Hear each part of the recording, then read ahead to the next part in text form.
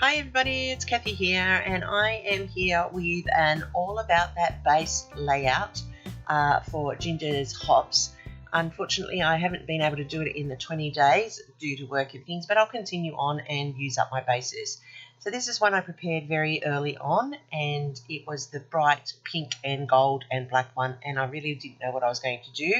But I went through some wedding photos and I found these ones here of my daughter and her husband and this emu that just absolutely loved following them around on the day.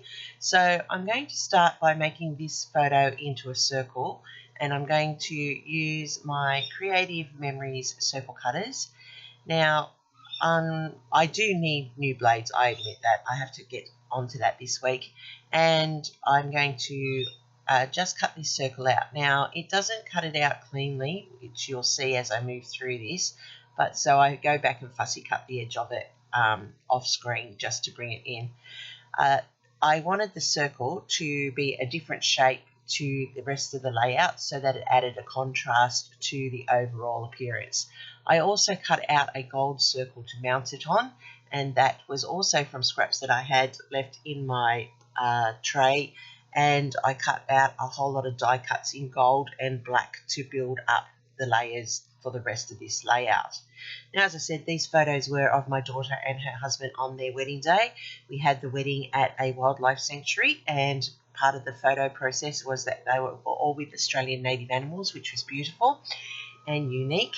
And this emu in particular liked my son-in-law's boutonniere in his pocket, and also my daughter's lantern that she carried instead of a bouquet.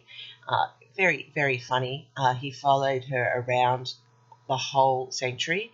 They were feeding them. They got photos feeding the emu, as you can see in that bottom right-hand corner. It was a very, very special day, and lots of very special, unique moments throughout that day. And we were very fortunate for them to have their wedding in such a beautiful setting. So I've just laid down the photos, which is the beauty of pre-made bases. You just add your photos. And so I have got 3 on this layout. And I really like the fact that the circles pick up the circles that I used in the base preparation. So I'm going to pop these ones up off the bottom of the layout to give it some depth and dimension, add some shadowing across that layout. And this is just little tricks that you can use to add detail to your layout without too much effort or too much forethought. It also allows for tucking and spots to put your pieces together with it. Now, when I created this base, I must admit I did not know what I was going to be able to do with it. It is very bold and it is very bright. But by using the gold and the black as my features here, I'm able to tone it down a little, but add enough detail that it looks very unique and special for the actual layout and the topic of the photos. So now that my photos are in place, I can start building my additional embellishments that I want to add to this layout. And I die cut these flowers. I had leftover gold cardstock, so I've gone and used my die cutter, and I've got these silhouetted flowers, which is amazing. I love this flower, and I've cut out some leaves as well, which I'm adding to build the floral cluster and add some toning down on the layout. So the black tones it down, which is really important as well, because it is so bright, bold, and out there. Toning it down allows the photos to pop. So just clearing out the little bits from the die cut that didn't come cleanly when I've cut it.